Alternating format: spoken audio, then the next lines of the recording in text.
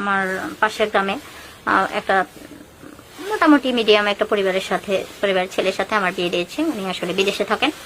তো বিদেশ থেকে আসার পর উনি আমাদের বিয়ে হয়। বিয়ে হওয়ার পর উনি 1 মাস পর উনি চলে যান। তো চলে যাওয়ার পর আমি ওনাদের বাড়িতে বেশিরভাগ থাকি। ওনারা বউ কাজ ছাড়া করবে না, বাপের বাড়িতে থাকতে দিবে না। তো এই জন্য আমি বেশিরভাগই ওখানে থাকি। তো ওখানে থাকতে থাকতে দেখা গেছে বিয়ের 1 মাস পর যদি হাজবেন্ড চলে যায় তাহলে মেয়েদের কেমন লাগে। একটা মেয়ে বিয়ে না হওয়া একটা কথা আলাদা, আর বিয়ে হওয়া আর একটা কথা হচ্ছে আলাদা। তো যখন 1 মাস পর সে চলে গেছে, 15-20 দিন, 1 মাস এভাবে চলে গেছে। চলে যাওয়ার পর 2 মাস পরে দেখা গেছে হঠাৎ করে আমি আমার অবস্থাটা কেমন হয়ে গেছিল। হঠাৎ করে আমি তার অভাবটা বুঝতে পারছিলাম। তার প্রতি যে আমার যে ফিলিংসটা ছিল সেই ফিলিংসটা আমি অনুভব করতে পারছিলাম। তো দেখলাম আসলে এভাবে কি থাকা যায় নাকি, এভাবে অসম্ভব। ভাত 3 বেলার জায়গায় 1 বেলা যদি খেতে হয় তাহলে বয়সে এইভাবে তো একা থাকা সম্ভব নয়। এটা আমার কাছে অনুভব হয়েছিল, ভালো লাগছিল না। শুধু তার সঙ্গ পেতে ইচ্ছে করছিল, কারোর সাথে টাইম এক্সপেক্ট করতে ইচ্ছে করছিল, কোনো একজন পুরুষের ছোঁয়া পেতে ইচ্ছে করছিল। তো ঠিক আছে, তো এরকম করতে করতে হুট করে আমার পাশের ঘরের একটা চাচাতো দেবর আছে। ও আনমেরিড, বিয়ে করেনি, অবশ্য বিবাহযোগ্যই। তো 1-2 দিন কথা বলতে বলতে ওর সাথে আমার একটা ভালো একটা আন্ডারস্ট্যান্ডিং হয়ে যায়। সে আন্ডারস্ট্যান্ডিং হওয়ার পর আমরা দুজনের খুব কাছাকাছি চলে আসি। খুব ভালো রিলেশন হয়ে যায় আমাদের।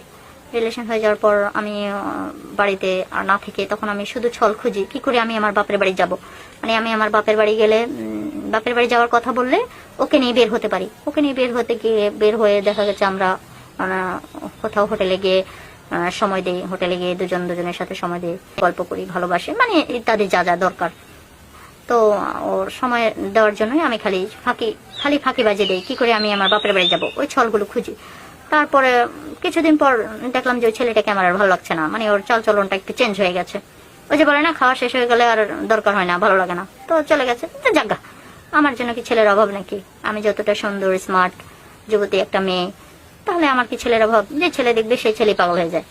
তো এরকম অনেক মাস চলে গেল। অনেকজনের সাথে আমার হালকা পাতলা রিলেশন চলে এভাবে দিন চলে যাচ্ছে। তো হুট করে অনেকদিন পর আবার আমার একটা নতুন আমার ননদের দেবরের সাথে আমার ননদ এসেছিল বেড়াতে।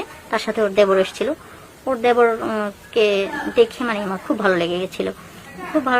ছেলেটা খুব একটু লাজুক টাইপের ছিল। আমি ওর লাজ লজ্জা সব ভেঙে দিয়েছি, সমস্যা নেই।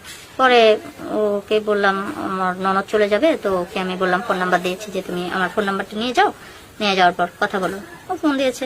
ফোন দিয়ে বলছে কেমন আছেন। আমি বলছি কেমন আর থাকবো, তুমি নাই, তোমার ভাইও নাই, বিয়াইও নাই, তুমিও নাই, আর কি ভালো থাকা যায়?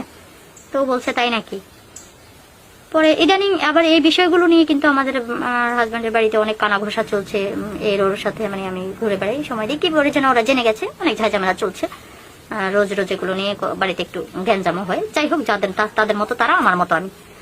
আমার সময়টা আমি কিভাবে ভালো থাকবো সেটা তো আমি ছাড়া আর কেউ বুঝতে পারবে না। পরে দেখলাম যে যখন ও ফোন দিয়েছিল, ওকে বললাম যে তুমি এক কাজ করো, অমুক জায়গায় অমুক দিন বাড়িতে এসো। বাড়িতে সেদিন কেউ থাকবে না।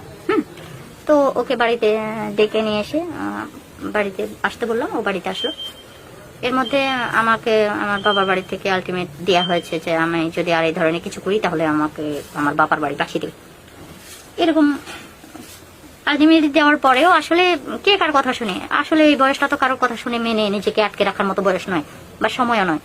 মন যা চায় তাই করতে হবে। তখন আমার মাথায় শুধু ওটাই ছিল। ঠিক আছে, তো আমি ভাবলাম যে আসলে এটা কি করে সম্ভব, কি করে পসিবল। পরে ওকে বললাম তুমি এক কাজ করো, বাড়িতে কেউ থাকবে না, অনেক দিন হয়ে গেল কারোর সাথে চলাফেরা নাই, কারোর দেখা পাচ্ছি না। পরে ওকে ফোন দিয়ে বললাম বাড়িতে কেউ নাই, তুই চলে আয়। ও চলে আসলো। তারপর ও আসার পর আমরা অনেক মজা করে খাওয়া দাওয়া করলাম।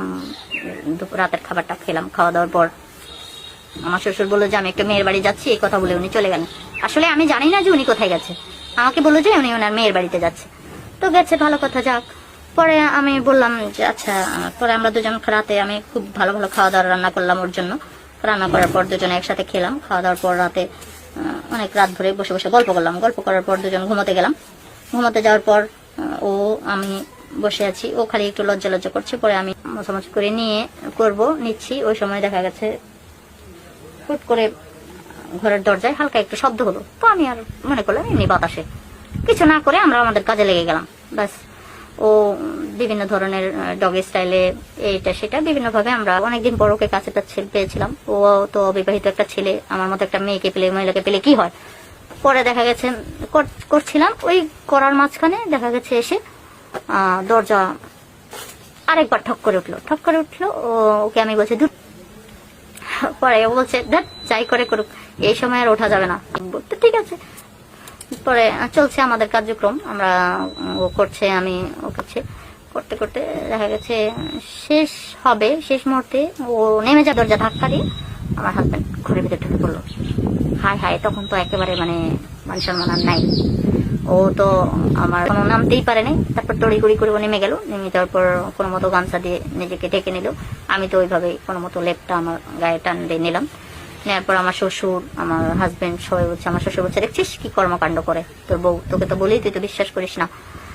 তখন তো আমি নিশ্চুপ, মানে শুধু নিচের দিকে তাকিয়ে আছি। তখন আমার হাজবেন্ড ওকে ধরে বলছে কি করব। আমি তাড়াতাড়ি কোনো মতো কাপড়টা পরে নিলাম, পরে নিয়ে আমি গিয়ে আমার হাজবেন্ডের পায়ে পড়ে গেলাম। আমার হাজবেন্ড বলছে পায়ে ছেড়ে দে। আমার বাবাও আর আমাকে নিয়ে গেল না। তখন কি করবো, আমার হাজবেন্ডও আমাকে আর বাড়িতে রাখলো না, আমার ঘাট ধরে আমাকে বের করে দিল এক কাপড়ে। বের করে দেওয়ার পর আমি ওই ছেলেটাকে বললাম, তাহলে এক কাজ করো, আমার তো এখন আর কোনো কুল নাই, তুমি আমার সাথে সময় দিয়েছো, আমি তোমাকে ভালোবাসি, তুমি আমাকে ভালো লেগেছে, তুমি আমাকে এক কাজ করো, তোমার বউ বানিয়ে নিয়ে যাও। ও বলছে অসম্ভব কথা। তখন ও আমাকে এমন একটা কথা বললো যে মেয়ে এত সুখী সুন্দর একটা পরিবার রেখে, হাজবেন্ড রেখে অন্য পরপুরুষের সাথে দেহ বিলিয়ে দিতে পারে, সেই মেয়েকে আমি বিয়ে করবো, এটা তুই কি করে ভাবলি। যখন ওই আমাকে এই কথাটা বলেছিল, তখন আমার সবাই আমাকে দূর দূর করে তাড়িয়ে দিয়েছে, ওই ছেলেটাও আমাকে গ্রহণ করেনি।